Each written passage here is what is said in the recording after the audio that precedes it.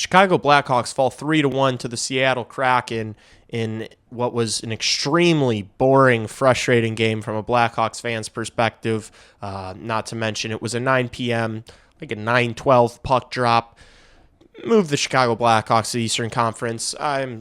This late start and then just paired with a poor performance is just like the most brutal thing that no fan deserves. But there were many people in chat tonight who stuck it out and stayed engaged and active, maybe complaining the whole time, but nonetheless stayed up and watched that whole game.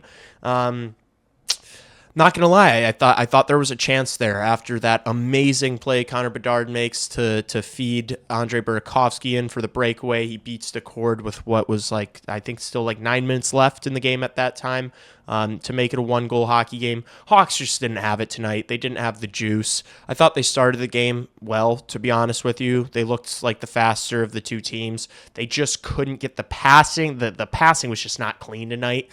And it started early on. I thought they were going to clean it up as the game went on, but it just didn't. The passing was just off tonight, pretty much on every single line except for, I guess, the first line at stretches.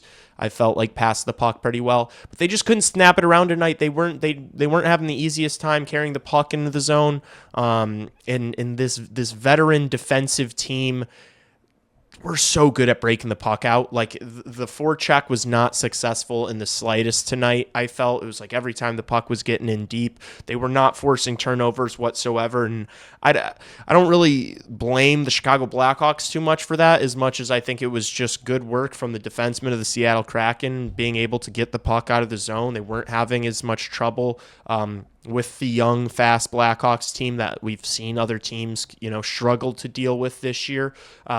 So when those things are combined, you're not passing the puck very well, and you're not winning the puck very often on the forecheck. You're not going to have a ton of really good chances, and that's kind of what it felt like tonight for the Blackhawks. Although they did have 30 shots on Joey Daccord tonight, it didn't really feel like any of them were super high danger. It felt like he was seeing everything. They weren't getting a ton of bodies in front of him, they kind of just made it easy on him tonight. It was a frustrating game. It was not fun. That second period really stunk. I thought the second period was specifically bad, and then they kind of rolled out and started the third the same way. Didn't really see the lines get jumbled until the very end. I would like to see, in a game where you're heading into the third period where you just haven't been able to generate much offense, I would like to see the coach kind of blend the lines a little bit heading into that third period. I thought Teuvo Teravainen was brutal tonight. Maybe you mix it up a bit, put Oliver Moore on that second line, go nuclear, put Frank Nazar up on the first line, do something. I would have liked to see a little bit of that just because it felt like they did not have it. I don't know what it was tonight. I really don't. I don't know which pain point to really focus in on here. I don't know what was the main cause for the struggle tonight. It just felt like they weren't fast enough on the forecheck, and again, maybe that was just because Seattle's defensemen just doing a good job dealing with it. But in games so far this season, it felt like it's felt like this team's been able to generate offense in a lot of different ways. And tonight, it kind of just felt like we were waiting for 98 to jump over the boards and do something special, which he did. He did do in the third period, and what a play that was. Did he flick that puck past Dunn? Yeah, it was he beat Dunn just fair and square in the neutral zone, then made it a one-handed play on his stick to tip the puck to Burakovsky. What a play, man. That got me so fired up. They needed that. They needed some individual greatness to break through, and they got it. And then just a few minutes later, Frank Nazar has an absolute head scratcher, turnover in the neutral zone, and all of a sudden the Kraken are going the other way on a 2-on-1, and Jordan Eberle puts home the heartbreaker, the dagger, if you will, with just 3 minutes left in the game. And Blackhawks, just didn't have enough going, so they weren't going to pull their goalie and all of a sudden find all this offense out of nowhere. it wasn't their night tonight. I'm not tweaking. There was nothing tonight for me that was like, oh, this guy was exceptionally bad. Like, none of the young players stood out as being terrible, except Frank Nazar did have a bad game. But I feel like my view of Frank Nazar is like he's already the core of this team. He's already like the leader, one of the stars on this team. So it's just for Frank Nazar, it's not even like development for me. It's just like, you got to be better, Frankie. And he didn't have it tonight. Teuvo Teravainen didn't have it tonight. I thought Artem Levshunov followed up I think Artem Levshunov played the best game of his NHL career so far against the Edmonton Oilers 2 nights ago. And I thought he followed it up with another pretty strong performance tonight. There was still a couple of those awkward moments where he has the puck in the offensive zone. He doesn't really know what to do with it, and he sometimes makes the bad play. But I think as he grows, as he develops, those kind of bad head scratcher moments will start to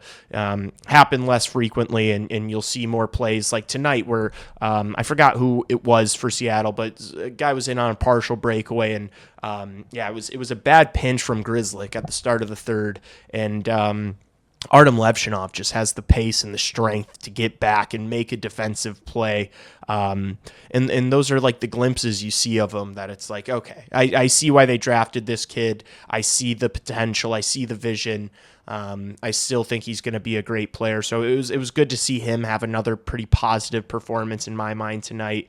But none of the other defensemen I thought were exceptional. Arvid Soderblom played all right. 875 save percentage. He made a couple of really big stops in the second period to keep the game close. He had probably like 3 really good saves tonight, but then you kind of need him to make that last save on Jordan Eberle. Like, I hate to be critical because I do think that Arvid Soderblom, he hasn't played in over a week. You come in, it's team doesn't have the best performance in front of you. It's kind of hard to put up a great stellar performance as a goaltender given the circumstances. But I mean, I don't know what else to say. You kind of need him to make that final save there on Eberle to keep that close. But again, you're not gonna blame Arvid Soderblom for that. It was a howler from Frank Nazar, just a really bad turnover.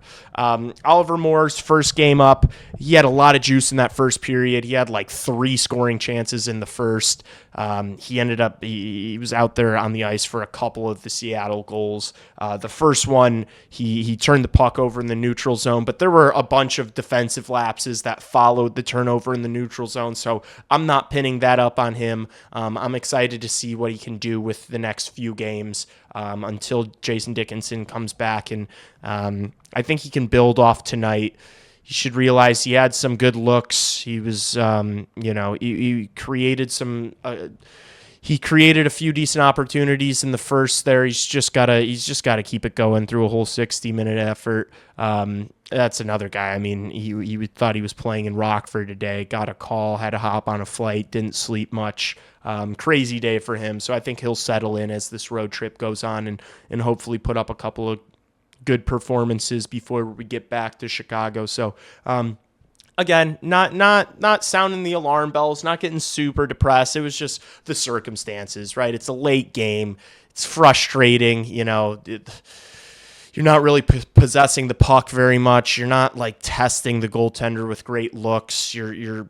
Some of your best players aren't playing the best. It was just a frustrating one. So nothing too doom and gloom here. Didn't get to listen to Rich Homie Quan on the stream tonight, but it was still a good stream nonetheless. I hope you guys enjoyed yourselves. I know I enjoyed myself.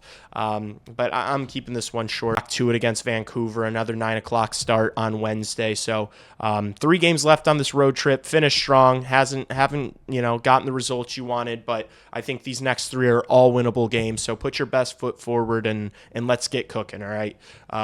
Appreciate you guys. I will see you in the next one. Peace out.